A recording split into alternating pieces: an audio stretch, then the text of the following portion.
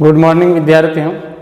Online classes में पुनः आप सभी बच्चों का हार्दिक अभिनंदन व स्वागत है। आज हम इस क्लास में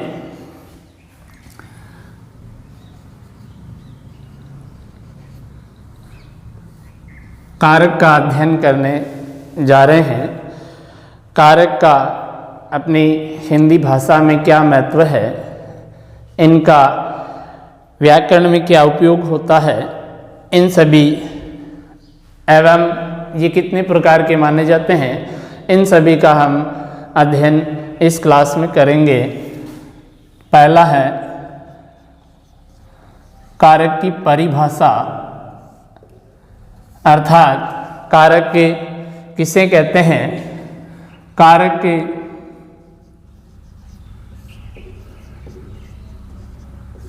शब्द का अर्थ होता है, कारक के शब्द का अर्थ होता है करने वाला।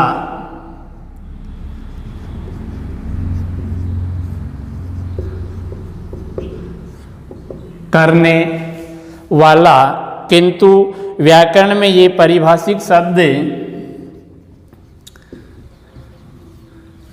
किंतु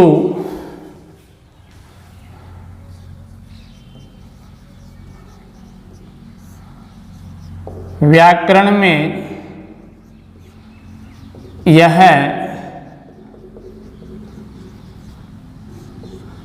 पारिभाषिक शब्द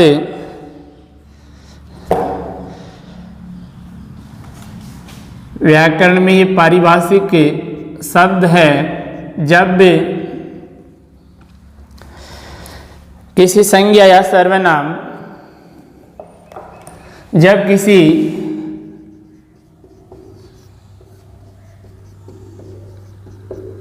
संज्ञा या सर्वनाम, जब किसी संज्ञा या सर्वनाम पद का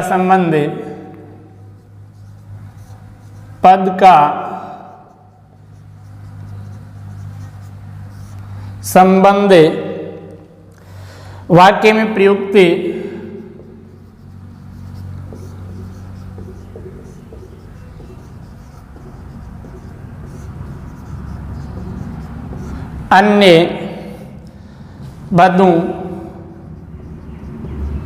अन्य पदों विशेषकर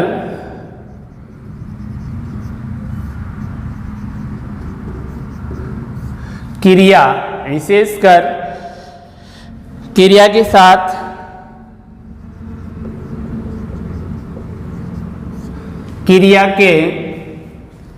साथ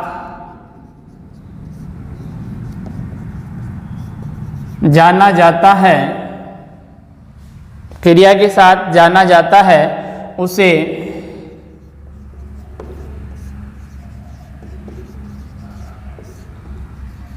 कारक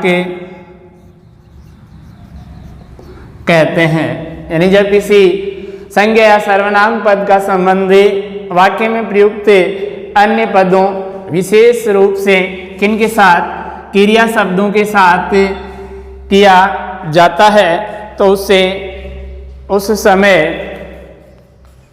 कारक के नाम से जाना जाता है। अगला है कारक में विभक्ति। विभक्ति क्या होती है? कारक को प्रकट करने के लिए कारक को प्रकट करने के लिए संज्ञा या सर्वनाम के साथ संज्ञा या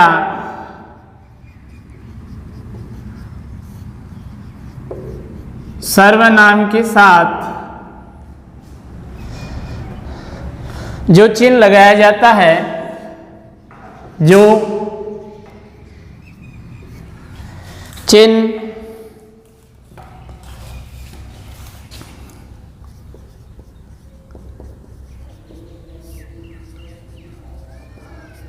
लगाया जाता है उसे विभक्ति कहते हैं। उसे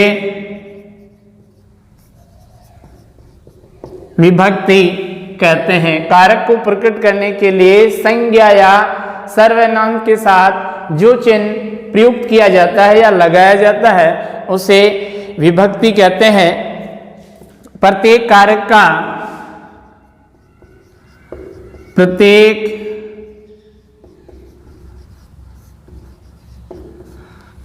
का विभक्ति चिन्ह होता है।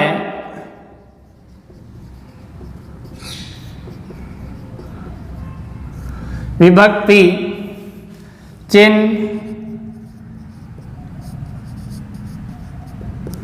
होता है, किंतु हर कारक के साथ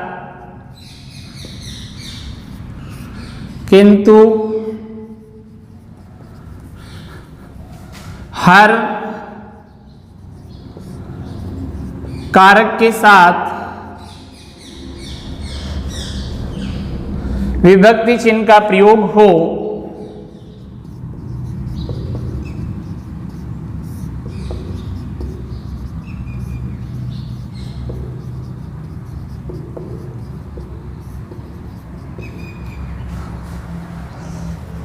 यह आवश्यक नहीं है। यह आवश्यक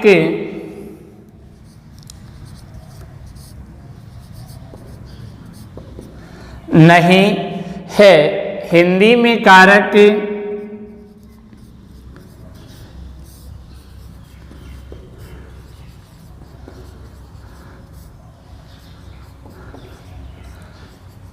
आठ प्रकार के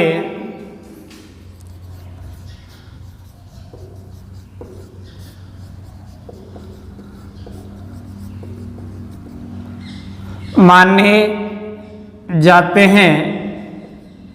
हिंदी में कारक 8 प्रकार के माने जाते हैं, यथा कर्ता कारक, दूसरा है कर्म कारक, तीसरा है करण कारक,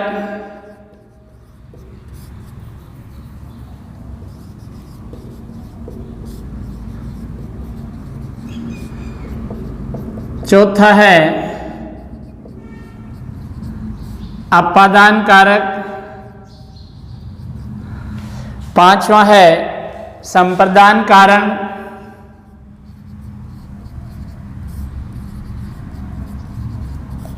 संप्रदान कारक,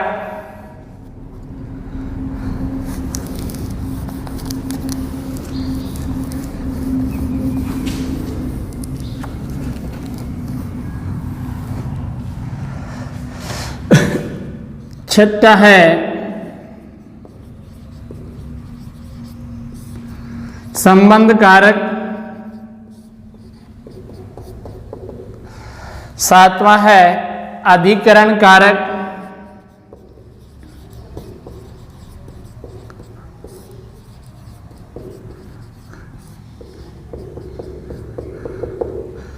और आठवां है संबोधन कारक।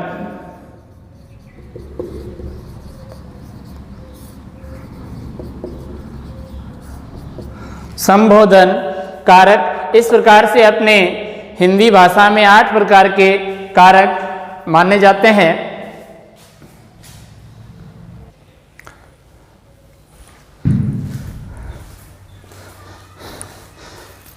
आठ प्रकार के कारकों में पहला है नंबर 1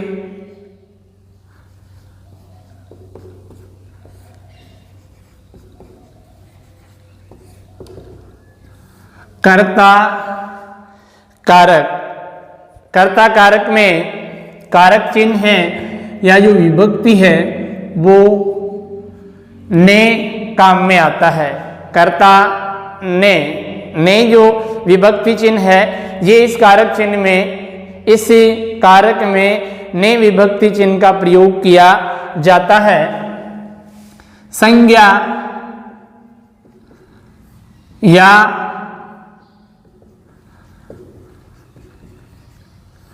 सर्वनाम, संज्ञा या सर्वनाम का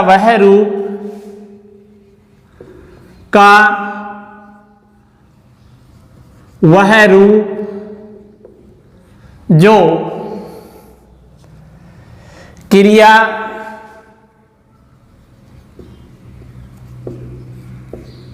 यानी कार्य, क्रिया यानी कार्य के करने, कार्य के करने वाले का बोध कराता है, करने वाले का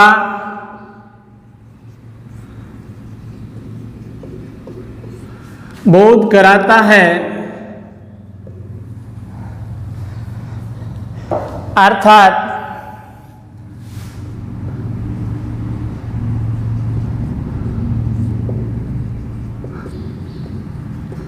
क्रिया के करने वाले को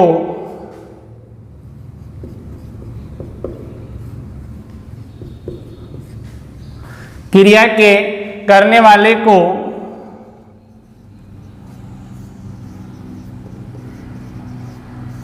कर्ता कारक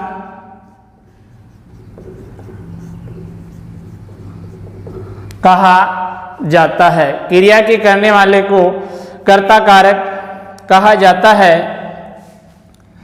कर्ता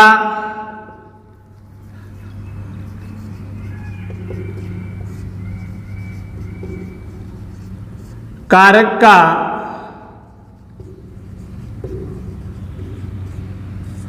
विभक्ति चिन्ह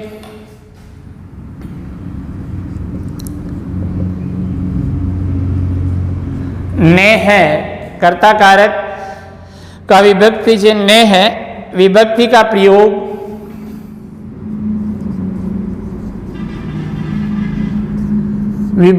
का प्रयोग कर्ता कारक के साथ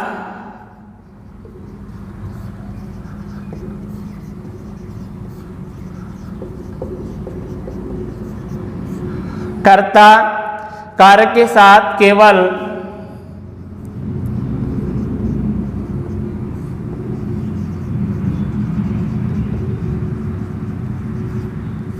भूतकालिक क्रिया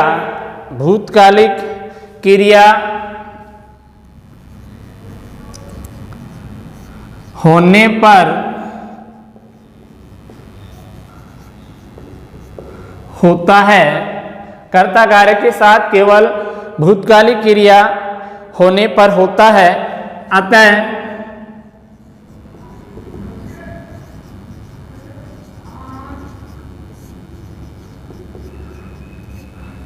वर्तमान काल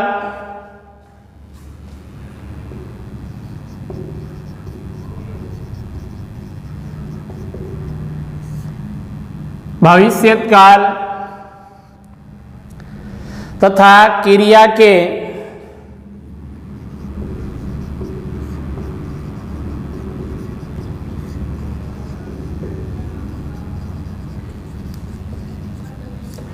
अकर्मक होने पर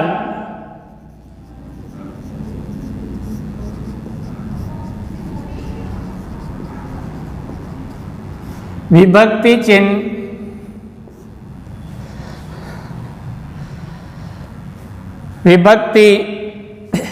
चिन्ह का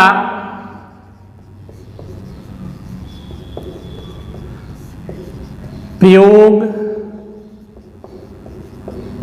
नहीं होता। जैसे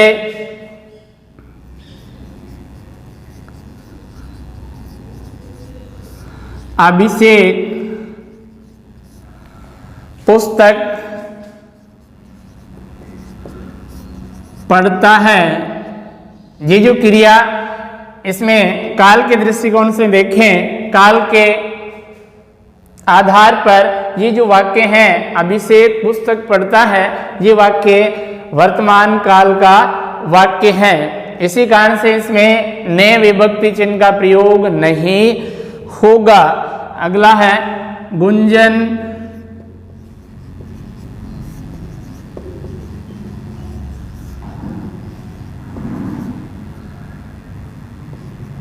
हंसती है। गुंजन हंसती है। वर्षा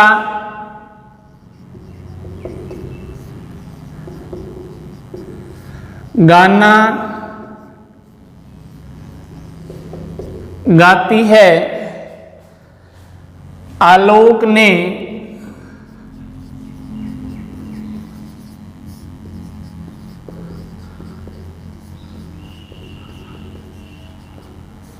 पत्र लिखा। दूसरा है कर्म कारक।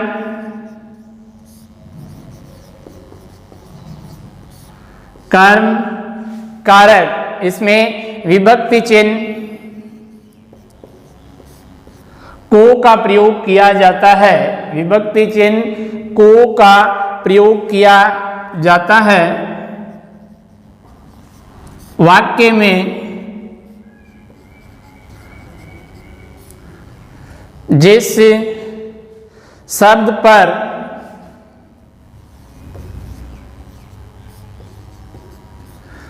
वाक्य में जिस शब्द पर क्रिया का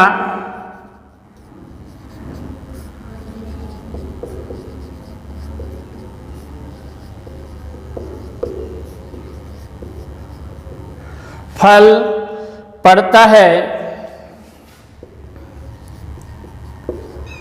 उसे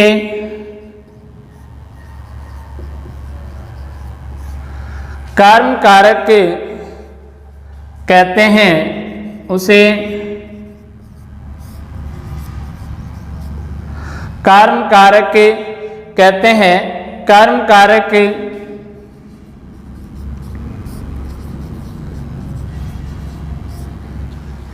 कर्म कारक का कर्म कारक का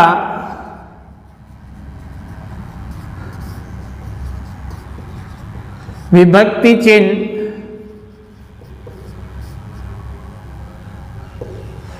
को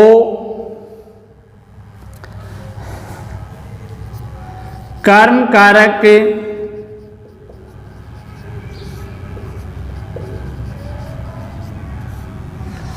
कर्म कारक सजीव हो तो उसके साथ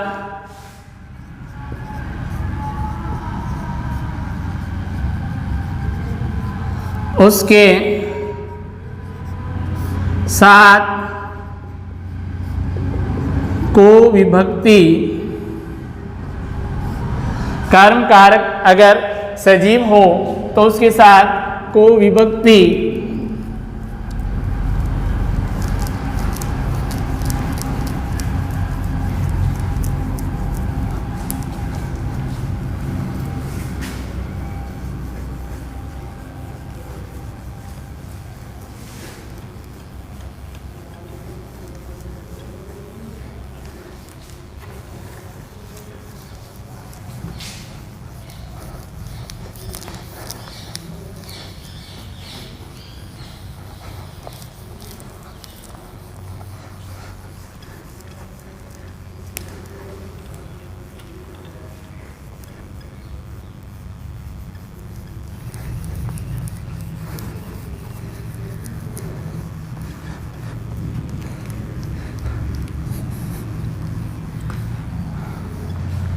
कर्म कारक अगर सजीव हो तो उसके साथ को विभक्ति लगती है।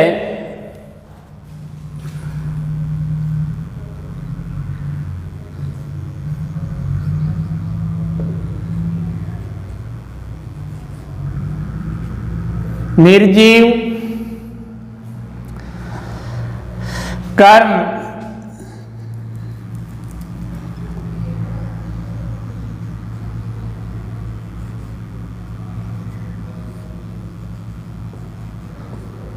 निर्जीव कर्म कारक के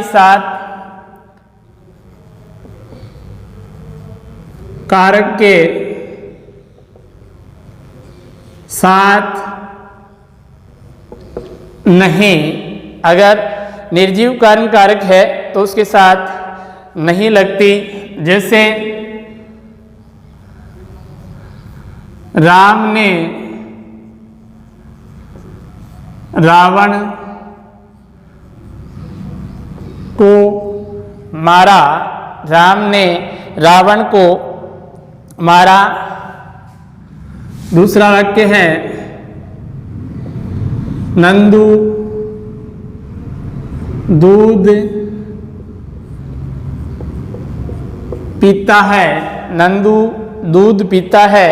नंबर 3 है आपके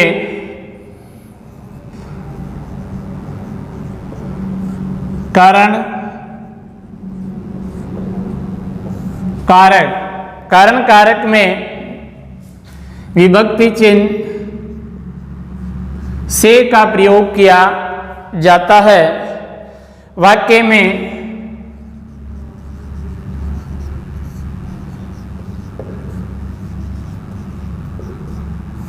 कर्ता, वाक्य में कर्ता जिस साधन या जिस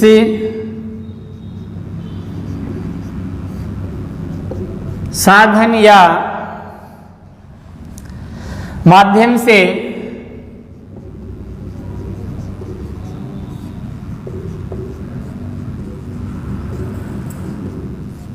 क्रिया करता है,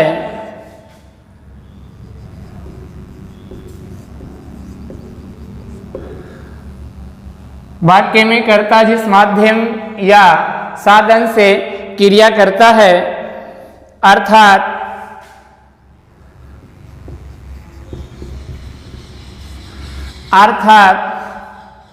क्रिया के साधन को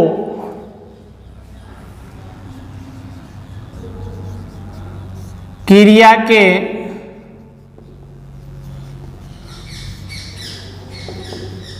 साधन को कारण कारक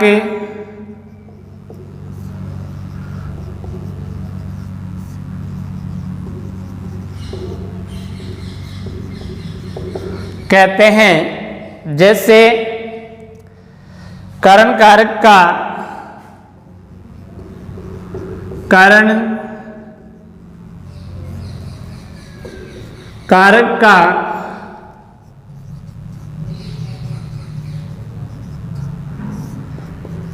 विभक्ति चिन्ह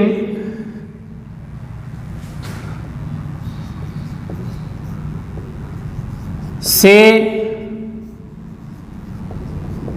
होता है, कारण कारक का विभक्ति चिन्ह से होता है। जैसे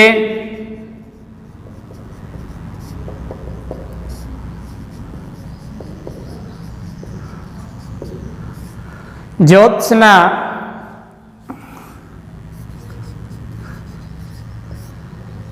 चाकू से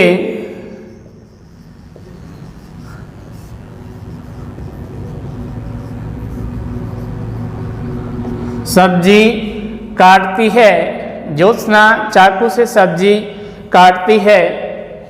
ज्योत्सना जो कार्य कर रही है वो कार्य किसके माध्यम से कर रही है, उस माध्यम को प्रकट करने वाले शब्द को ही कारण कारक कहा जाता है।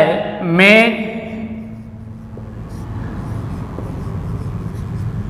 पेन से